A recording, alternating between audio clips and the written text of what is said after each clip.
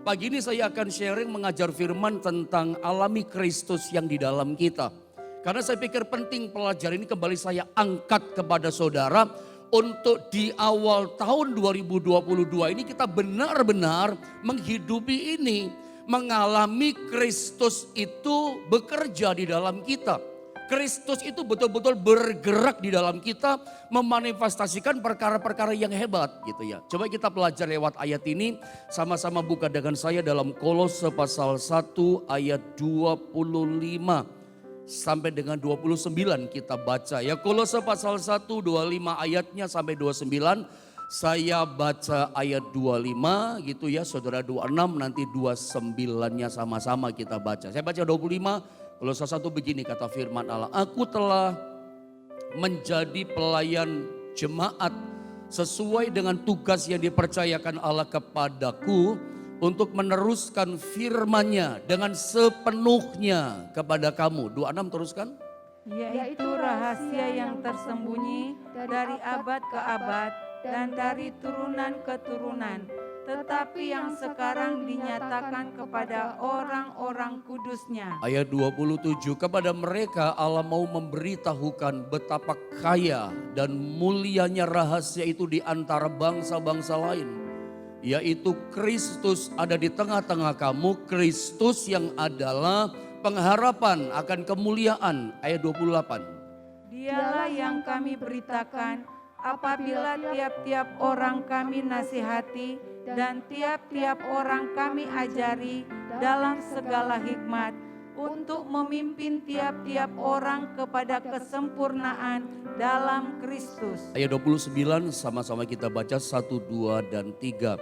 Itulah yang kuusahakan dan kupergumulkan dengan segala tenaga sesuai dengan kuasanya yang bekerja dengan kuat di dalam aku. Saya ulang, sekali lagi pagi ini kita bicara tentang alami Kristus yang di dalam kita, mengalami Tuhan. Kayaknya saya keseringan ya, sering mengajarkan sama saudara dalam firman pengajaran, sharing firman sepanjang hampir 2 tahun tentang pelajaran mengalami Kristus. Nah di awal tahun ini, saya ingin dari awal apa yang saya khotbahkan, saya mau sampaikan di awal pengajaran firman Allah ini, perhatikan baik-baik. Begini saudara ya, mengalami Kristus, mengalami Tuhan dalam kehidupan kita, itu ternyata jauh lebih penting dibandingkan kita mengalami mujizat dalam hidup kita. Saya berharap sambil Anda mendengar, coba Anda cerna baik-baik statement yang saya lepas sama saudara. Bahwa ternyata yang namanya mengalami Kristus dalam kehidupan kita, mengalami Tuhan dalam kehidupan kita, itu ternyata jauh-jauh lebih penting dibandingkan kita sekedar mengalami mujizat dalam hidup kita. Anda tapi jangan salah tangkap ya, di awal statement yang saya sampaikan sama saudara. Saya sedang tidak mengajar, saya sedang tidak berkata kepada Anda bahwa oh kalau gitu pendeta mujizat gak penting. Loh enggak loh saudara ya. Saya tidak mengajar berkata mujizat gak penting. Dalam hidup kekristenan mujizat itu penting. Kalau Anda tanya sama saya, pendeta Yohanes apa pendeta Yohanes butuh mujizat? Loh iya dong, orang Kristen butuh mujizat.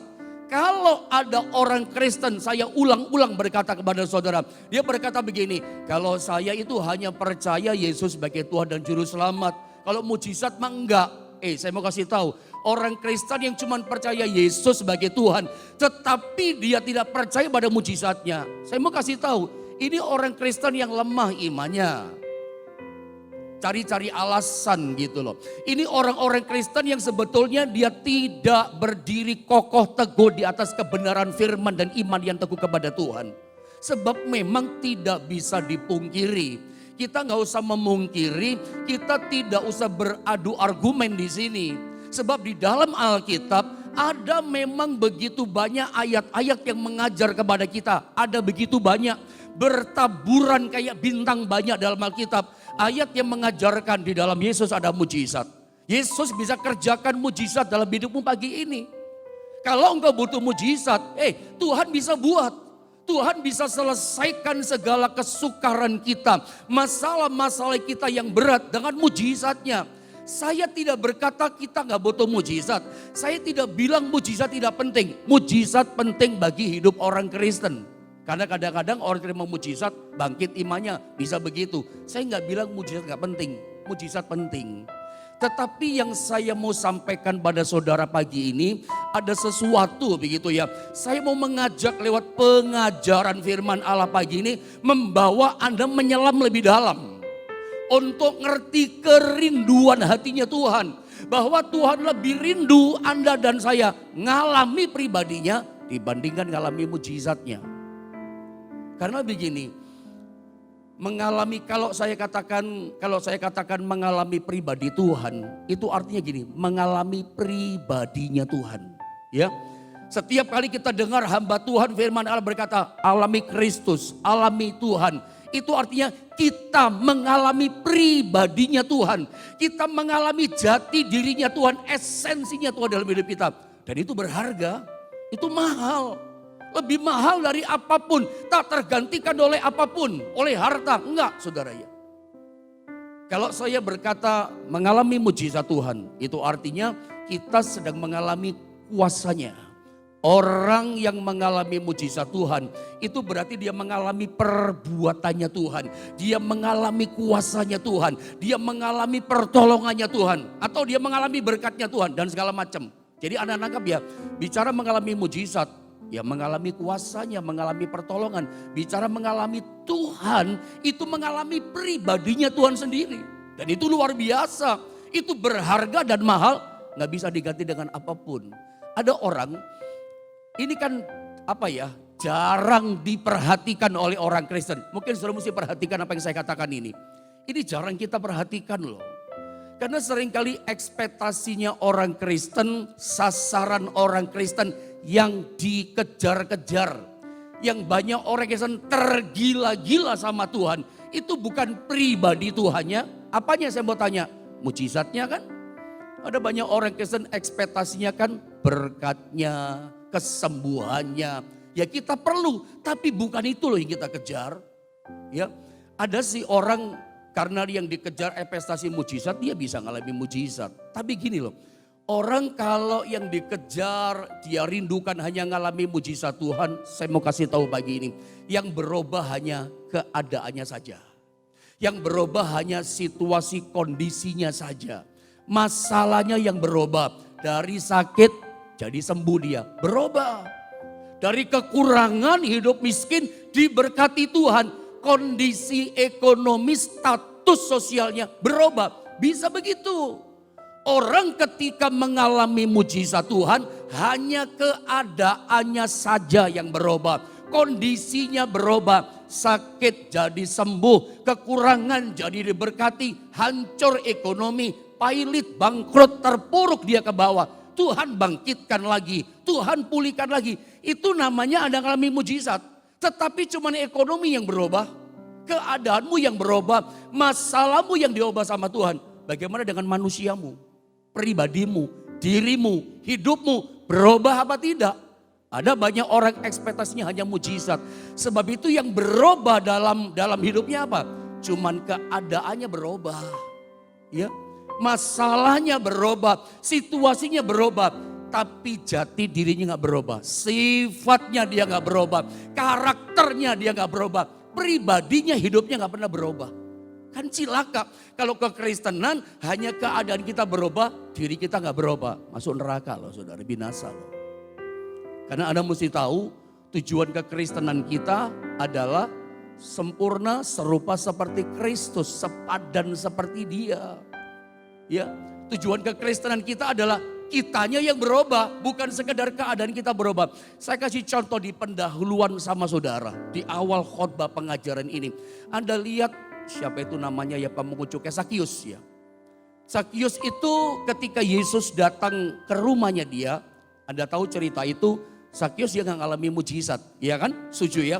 Sakius gak ngalami mujizat dalam arti berkat, gak ngalami mujizat kesembuhan, ngalami mujizat yang keadaannya menjadi spektakuler, enggak.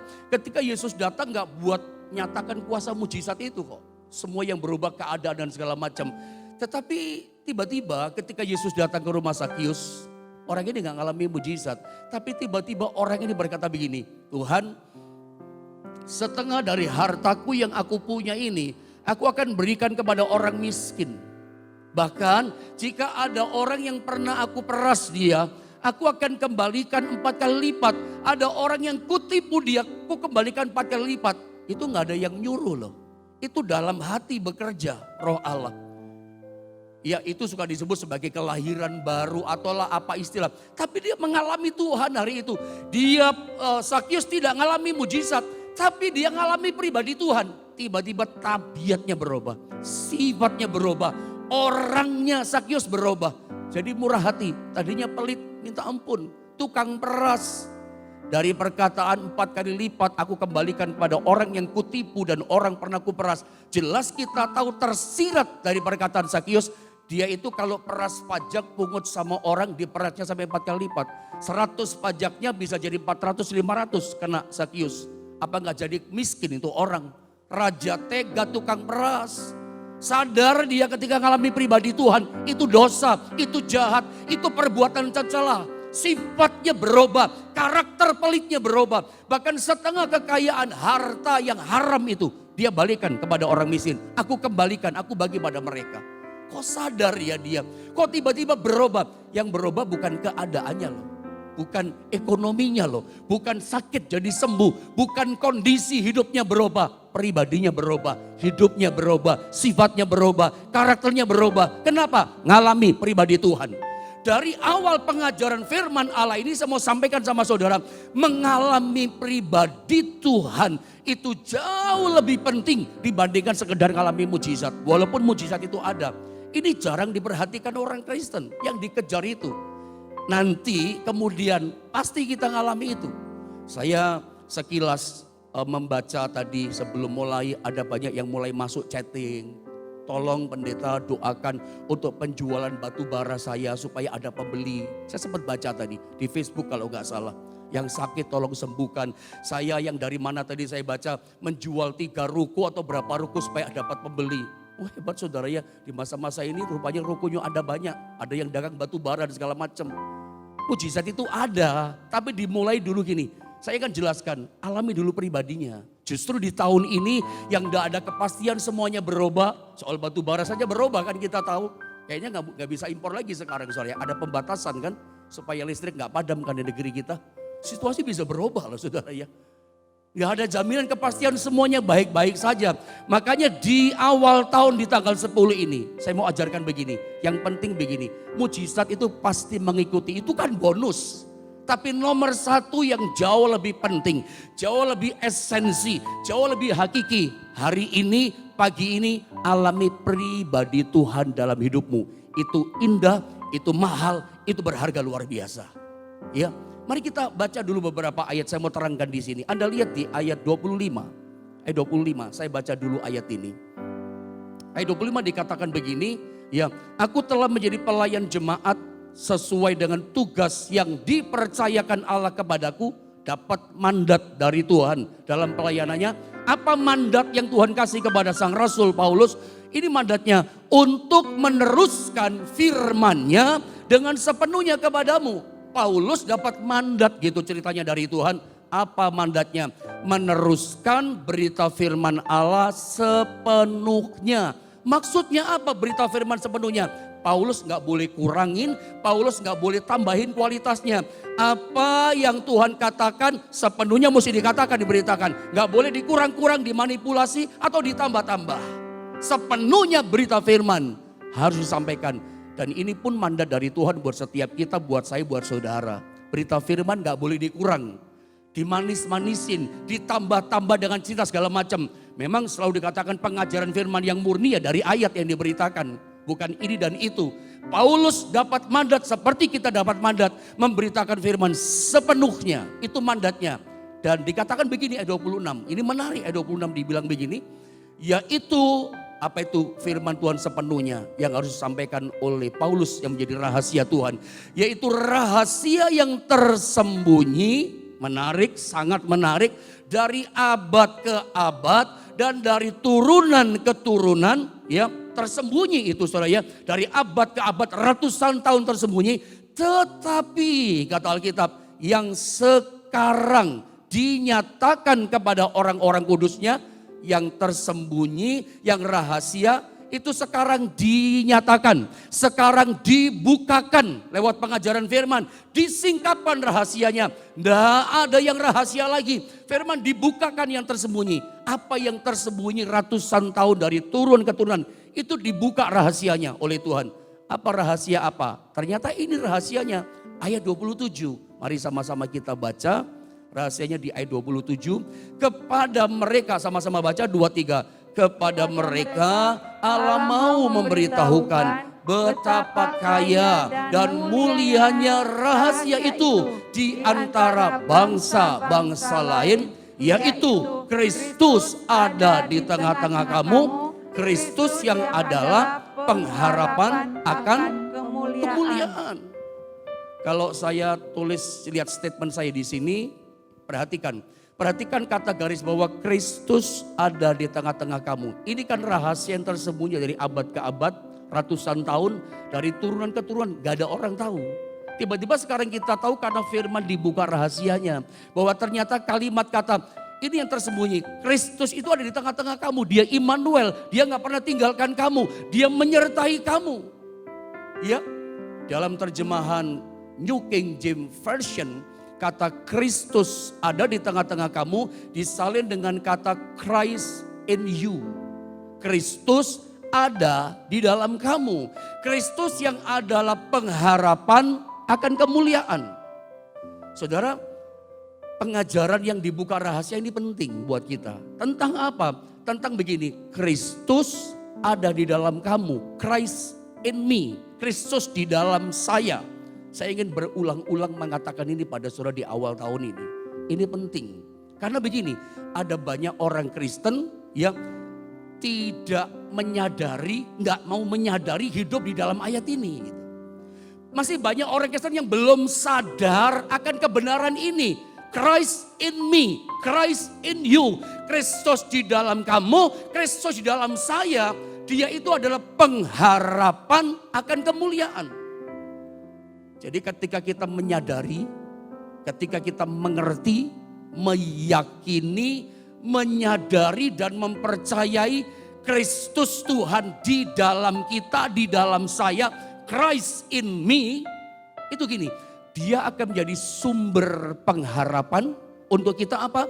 Menerima, mengalami kemuliaan. Loh, ini penting loh. Saya ulang sekali lagi, ada banyak orang Kristen belum menyadari hidup dalam firman Allah ini. Belum menyadari bahwa dia itu adalah Christ in you. Christ in me. Dia di dalam saya, dia di dalam kamu. Banyak orang Kristen belum hidup menyadari dengan ini.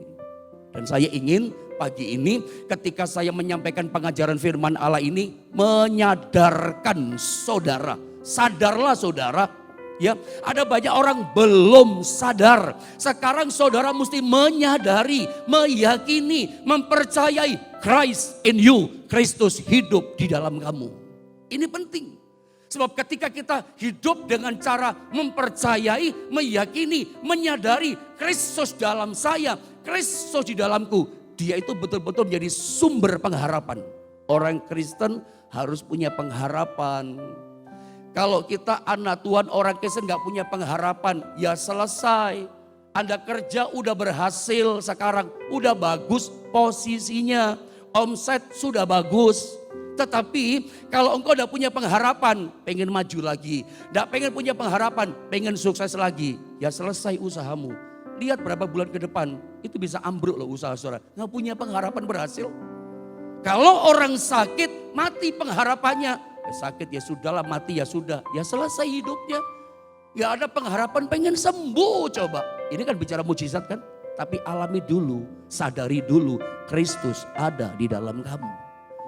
Ketika Anda jalani hidup jejaki di dunia ini dengan hidup yang mempercayai, menyadari Yesus di dalam saya. Oh, dia menjadi sumber pengharapan kita. Apa sih pengharapan hari ini di tahun ini? 2022 di tahun yang masih susah seperti ini, apa pengharapan saudara? Ketika Anda gagal, misalnya sorry ya, di PHK. Ada gak punya pekerjaan? Pasti ada pengharapan kan? Pasti Anda berkata ini, Tuhan tolong saya mau cari kerjaan, berikan pekerjaan yang baru. Itu pengharapan kan? Orang Kristen anak Tuhan percaya Yesus tapi gak punya pengharapan. Ya selesai. Makanya untuk punya pengharapan, saya mau kasih tahu, Yesus itu sumber pengharapan kita. Kuncinya di mana? Anda mesti hidup dengan menyadari Christ in you, Christ in me. Kristus di dalam kamu, Kristus di dalam saya. Dia itu menjadi sumber pengharapan kita untuk kita ngalami kemuliaan Tuhan. Untuk kita ngalami mujizat Tuhan. Untuk kita ngalami berkat Tuhan. Untuk kita ngalami pekerjaan dan kuasa Tuhan luar biasa. Dia sumber kuasa, dia sumber kemuliaan. Bagaimana ngalami kemuliaan kuasa? Sadar hidup ini ada Kristus dalam kita, jadi sumbernya alami kuasa. Dia sumber pengharapan. Saya tidak tahu masalahmu apa hari ini. Kesulitanmu apa saya nggak tahu. Menarik ya ayat ini. Coba sebelum saya terangkan lagi, saya mau dibuka dulu sebentar, tolong multimedia ayat 28. Ayat 28, coba perhatikan. Beritanya Paulus cuman ini saja kepada jemaat. Ayat 28 Kolose 1 di ayat yang ke-28. Saya baca ya, perhatikan baik-baik. Sangat menarik ini firman Allah. Dialah yang kami beritakan, kata Paulus. Dia. Ketika saya coba pelajari ayat ini, yang dimaksud Paulus, dialah yang kami beritakan itu siapa? Dia itu adalah dia Yesus tadi, yang Christ in you, yang di dalam kamu tadi. Yang Paulus sadarkan kita, yang tadinya gak ada orang tahu, tersembunyi ratusan tahun, dibuka sama firman lewat Roh Kudus. Bahwa Kristus yang di dalam kamu, dialah yang kami beritakan, kata Paulus. Apabila tiap-tiap orang kami nasihati, tiap-tiap orang loh dinasihati. Dan tiap-tiap orang kami ajari dalam segala hikmat untuk memimpin tiap-tiap orang kepada kesempurnaan dalam Kristus. Menarik, Paulus berkata, dia kalau memberitakan firman, menasehati tiap-tiap orang, memberitakan firman kepada tiap-tiap orang. Ternyata pokok berita firman, inti berita firman, isi berita firman selalu dan selalu dan selalu yang diberitakan Paulus. Cuman ini isi beritanya, Kristus ada di dalam kamu. Sebab ada kalimat, dialah yang kami beritakan. Kristus yang di dalam kamu itu yang diberitakan kepada tiap-tiap orang. Lebih jelas dipertegas di ayat 29. Sama-sama kita baca deh. 29 dibilang apa? 2 dan 3. Itulah yang kuusahakan dan kupergumulkan dengan segala tenaga. Sesuai dengan kuasanya yang bekerja dengan kuat di dalam aku. Jelas. Bahwa untuk memberitakan isi berita Christ in you, the hope of glory. Kristus yang ada dalam kamu, yang adalah pengharapan akan kemuliaan, sumber pengharapan untuk kamu mengalami kemuliaan. Paulus katakan gini, itulah berita yang kuusahakan dan kupergumulkan selalu dengan segala tenaga, dengan sekuat tenaga, sesuai dengan kuasa yang kuat bekerja di dalam aku. Itu yang dikerjakan Paulus sekuat tenaga. Itu yang diberitakan dalam pelayanan Paulus. Jadi artinya kalau kita gabung ayat 28 dengan 29. Isi berita firman, pengajaran firman Paulus termasuk nasihat-nasihatnya dikatakan ayat 28. Kepada orang-orang, tiap-tiap orang yang datang konseling kepada dia. Nasihatnya Paulus cuma satu. Ingat ya, Christ in you, the hope of glory. Cuman itu. Sebetulnya sejujurnya saya yang sedang mengajar saudara, saya ditemplak. Oh, saya ditemplak sama ayat ini. Kadang pendeta sok jago kan, sok hebat. Jemaat datang sama dia, sama pendeta. Misalnya sama saya, konseling. Pendeta, Pak Yohanes, seringkali begitu kan. Saya sejujurnya ngomong sama saudara, ini menemplak saya. Ketika orang datang pendeta, saya punya masalah rumah tangga, ini, suami saya begini, istri saya begini, wajar kan. Saya punya masalah pendeta urusan keuangan, saya ditipu orang. Sekarang saya gak punya modal, bagaimana pendeta? Atau orang berkata, sekarang saya punya modal Pak Pendeta. Sekarang uang saya segini Pak Pendeta. Saya mau kerja, bagaimana Pak Pendeta? Ini kerjaan ini. Kaitannya sama orang dan segala macam. Oh, pendeta banyak menerima konseling masalah jemaat. Seringkali saya ngomong orang lain. Saya ketika mendengar keluhan macam-macam masalah jemaat, yang satu masalah keluarga, yang satu masalah modal, masalah kerja. Saya ketika mendengar itu, saya coba cari-cari ayat. ayat apa yang cocok sama bapak ini soal keluarganya. Ayat apa yang cocok, nasihat yang cocok buat dia untuk ekonomi. Kan banyak tuh ayat. Saya coba cari nasihat. Saya coba cari kata-kata bijaksana, hikmat, kasih kekuatan sama dia. Saya sadar ternyata kalau belajar dari Paulus, setiap dia mengajar, setiap orang datang dan dia kasih nasihat pada tiap-tiap orang. Nasihat Paulus cuma satu isi beritanya intinya. Hey, apapun masalahmu jemaat, intinya cuma satu. Ingat, Christ in you, the hope of glory. Ingat, apapun masalahmu rumah tangga, masalah ekonomi, masalah kerjaan, masalah dagang, masalah sakitmu. Ingat, jangan lemah. Kristus ada dalam kamu. Dia sumber pengharapan untuk kamu terima kemuliaan. Cuma itu. Makanya ada banyak orang Kristen jadi Kristen tapi belum sadar akan Kristus ada dalam hidupnya. Itu masalahnya. Belum sadar. Bisa jadi di antara saudara mendengar firman Allah ini jangan-jangan saudara termasuk terhisap orang yang belum sadar bahwa Christ in you, Kristus ada di dalam kamu. Ini masalah loh. Bagaimana kita bisa menghalami pengharapan kita jadi kenyataan. Mimpi kita jadi kenyataan. Kuasanya dinyatakan sama kita.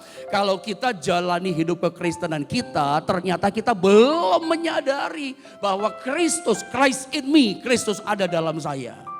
Coba bagaimana pengharapan kita jadi kenyataan.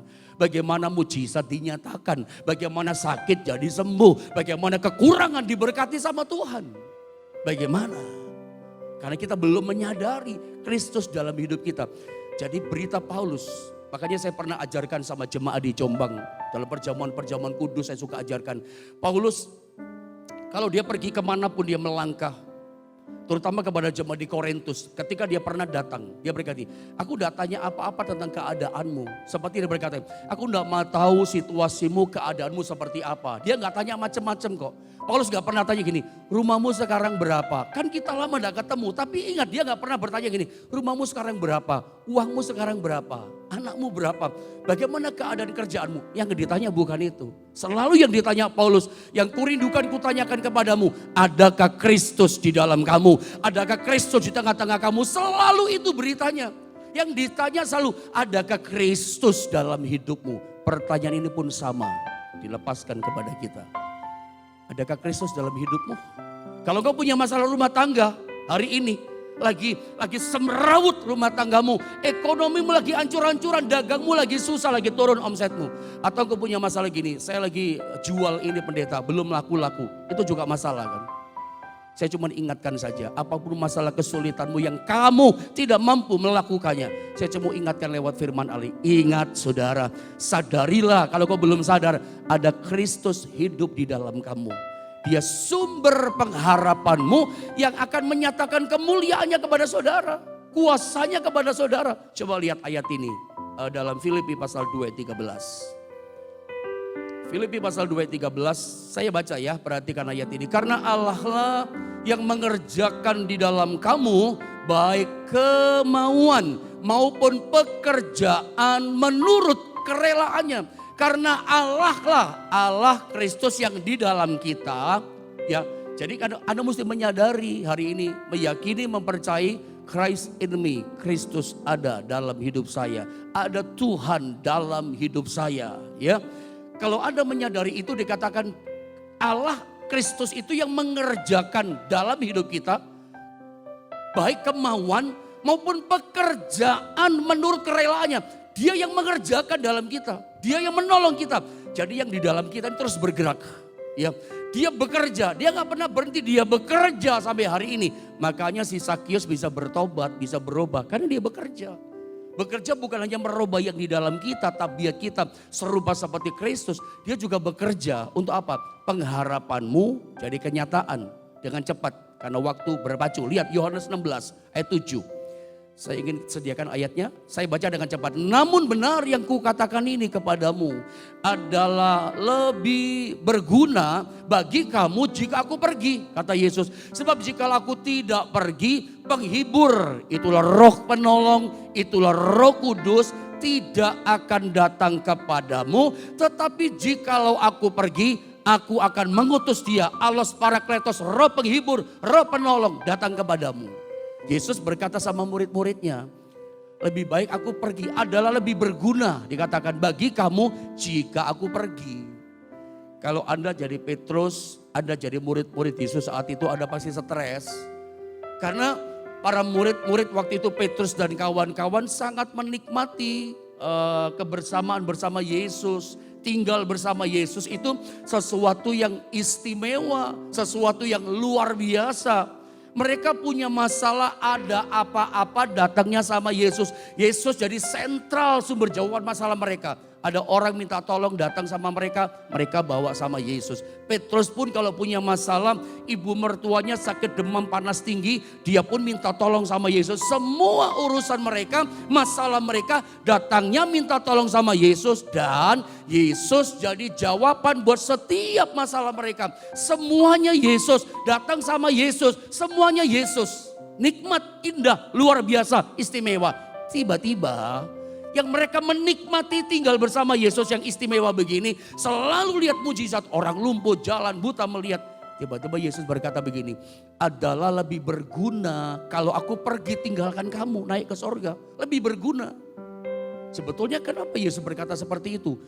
Masalah roh yang tinggal dalam kita. Supaya permanen tinggal di dalam kita. Ya, permanen indwelling dalam hidup kita.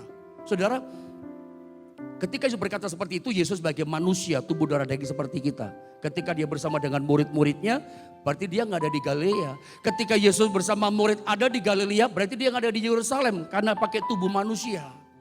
Makanya Yesus berkata, lebih berguna aku pergi. Supaya apa? Roh penolong, itulah kuasa Kristus yang lewat roh Allah ini. Dia menyertai kita, tinggal di dalam kita. Coba satu ayat, 1 Korintus 3:16. Dengan cepat saudara ya. Ayat ini coba sama-sama kita baca ya. 1, 2, 3. Tidak tahukah kamu bahwa kamu adalah bait Allah dan bahwa roh Allah diam di dalam kamu. Kalau dalam terjemahan bahasa Inggris, roh Allah dikatakan diam di dalam kamu. Kalau Anda punya terjemahan bahasa Inggris itu pakai kata gini, permanent dwelling in you. Ya. Perhatikan bahwa roh Allah diam di dalam kamu disalin dengan kata permanent dwelling in you. Dia permanen. Permanen itu dia menetap selamanya dan tinggal di dalam kamu. Saya pernah ajarkan, saya mesti percaya setiap orang yang percaya pada Yesus, percaya dosanya ditebus dengan darah Kristus. Ingat, ada satu warisan dikasih sama Tuhan. Roh Allah, roh penolong. Itu dikasih permanen tinggal dalam kita. Berapa banyak saudara yang percaya, sambut firman Allah, katakan amin. Katakan amin. Sekali lagi katakan amin. Amin, saya katakan minggu kemarin, saya percaya Tuhan. Bahwa apa yang kau katakan terjadi kepadaku, benar pernyataanmu akan terjadi padaku. Saudara, ketika kita percaya Yesus, dosa kita ditebus, ingat roh Allah itu dikasih dalam diri kita. Dia permanen dwelling in you. Ada kata permanen loh dalam bahasa Inggris. Dia menetap tinggal dalam kita. Saya lupa apakah saya pernah cerita sama saudara. Walaupun ini waktunya sempit, tapi saya ingin cerita sama saudara begini. Saya meyakini ayat ini sampai hari ini jadi berkat buat saya. Sehingga kemanapun saya pergi saya gak pernah khawatir, cemas atau lebih bagaimana. Apapun terjadi saya hadapi ke depan. Yang saya percaya gini, Yesus Kristus roh Allah menetap hidup dalamku. Kuasa Tuhan menetap ada di dalam aku. Aku menyadari itu. Ketika saya mendengar satu sharing dari teman saya pendeta, singkat saja begini. Saya pernah ngobrol-ngobrol sama teman pendeta, saya gak ceritakan siapa namanya, dari kota mana, penggembalaannya. Sehingga Anda gak usah bertanya begitu ya. Tapi ini cerita yang sejati pernah terjadi. Pendeta ini punya jemaat ini dari luar kota, kerja bagaimana lalu di PHK, gak dapat pekerjaan begitu lama, akhirnya tinggal di pastori bersama pendeta, bantu-bantu apa. Bukan mau jadi pendeta, cari kerjaan. Tinggalkan daerahnya, pulaunya, dia mau kerja. Nah ini gak punya kerjaan, tinggal di pastori, bantu-bantu bersih gereja. Yang penting dia bisa makan dan segala macam, menyambung hidupnya. Ceritanya begitu. Lamar-lamar kerjaan, lama minta bantuan gembalanya, gak dapat juga. Sampai satu kali, saya potong, dia mendapat penawaran pekerjaan dari salah satu hotel. Ini cerita udah lama ya, puluhan tahun yang lalu. Dari salah satu hotel di kota itu, ya menjadi penanggung jawab semua urusan hotel. Istilahnya sekarang manajer begitu ya. Bertanggung jawab atas hotel itu. Hotel ini sekarang udah tutup, gak ada. Karena hotel ini dulu terkenal hotel esek-esek gitu ya. Hotel gak bagus gitu, konotasinya. Pendeta gembala katakan, jangan diterima pekerjaan itu. Nanti kamu jatuh dalam dosa bla bla bla segala macam. Hotel esek-esek. Ngerti maksud saya saudara ya. Tapi dia berkata, saya kuat kok om. Saya pasti mampu Pak Gembala. Iman saya sudah kuat kok selama digembalakan. Tapi jangan, terlalu banyak godaannya. Nanti saya khawatir kamu gak mampu. Akhirnya dia terima pekerjaan. Jadi manajer di hotel esek-esek itu. Gak lama kemudian pendetanya dengar dia sudah terpuruk dalam dosa. Dia jatuh dalam dosa gila-gilaan, kumpul kebo, free sex. Siapa yang bisa bayangin? Tadinya baik-baik saja, sekarang hancur. Kelihatannya bagus, kelihatannya wah sukses. Tapi gak lama kemudian terpuruk dia. Stres berat, depresi berat. Mau datang sama gembalanya sungkan. Mau datang ibadah ke gereja, malu. Mau berdoa pribadi di kamar sama Tuhan, gak connect, gak nyambung. Anda ngerti maksud saya? Merasa berdosa, depresi. Sampai mau berdoa pun dia tidak bisa, saudara. Lalu dia pakai jalan pintas, bukan Tuhan. Dia cari tahu dari beberapa teman yang dia kenal. Orang pinter di kota itu. Ketemu orang pinter yang kata orang bisa menjawab semua persoalan orang yang ada hari itu. Ya, datang ke orang pinter itu. Saya terkejut, teman pendeta berkata begini. Ya, orang pintar itu ngomong sama anak muda jemaatnya. Dia berkata begini ketika anak muda. Ini orang pintar berkata gini. Kenapa kamu datang minta tolong sama saya?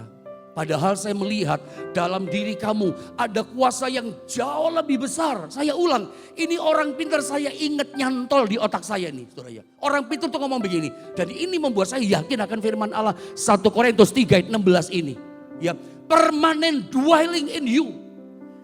Ya, ini kan orang udah bejat, orang rusak. Tapi ini orang pintar berkata ini, kenapa kamu datang minta tolong sama saya sementara saya melihat di dalam diri kamu ada kuasa yang jauh lebih besar. Kuasa itu cuma tinggal, tapi kuasa itu gak bekerja. Kuasa itu tidak bergerak, kuasa itu tidak aktivasi, gak mengalir. Kalau ada Kristus dalam diri kita, saudara ya, harusnya kuasa itu kan aktivasi bekerja. Itu yang membuat sumber pengharapan kita menjadi kenyataan. Ngalami kemuliaan, ngalami kuasa, ngalami mujizat, ngalami pertolongan, dipulihkan, disembuhkan. Karena kuasanya bekerja dalam kita. Ingat, Tuhan bekerja menolong kita di dalam. Saya waktu dengar cerita pendeta teman saya ini, saya syok loh sebetulnya. Kenapa? Syoknya begini, saya tergoncang waktu itu. Puluhan tahun yang lalu. Kenapa syok? Nah, yang pemuda ini bobrok ya saudara ya. Kecuali dia hidup dalam doa, hidup dalam kekudusan, doa puasa. Saya gak kaget. Orang lihat ada kuasa. Ini orang udah bobrok, depresi, jatuh, gila-gilaan dosanya. Tapi ternyata betul kata Alkitab, permanent dwelling in you. Roh Kudus ada termetrai di sini. Dia gak tinggalkan. Tapi kuasanya seperti, kuasanya dalam arti begini, gak bergerak. Saya mau ngomong mati ya, salah juga saudara ya. Kuasanya ada, tapi dia gak bergerak kata Alkitab. Dia gak aktif, dia gak bekerja. Hari ini jangan-jangan kuasa itu ada, tapi gak bekerja. Makanya orang berkata, kekristenan saya kok gini-gini aja sih pendeta. Kok dia ditolong Tuhan, kalian memujizat Tuhan. Yesusnya dia kok luar biasa. Yesusmu bagaimana? Yesus yang sama ada dalam hidup saudara. Saya berdoa, kuasa itu yang tinggal dalam hidupmu yang permanen itu. Hari ini dia bergerak menolong saudara. Jalani hidupmu dengan kesadaran akan kuasa itu. Alami 2022 ini kuasa Tuhan bekerja dalam hidup kita. Mari kita berdoa saudara ya.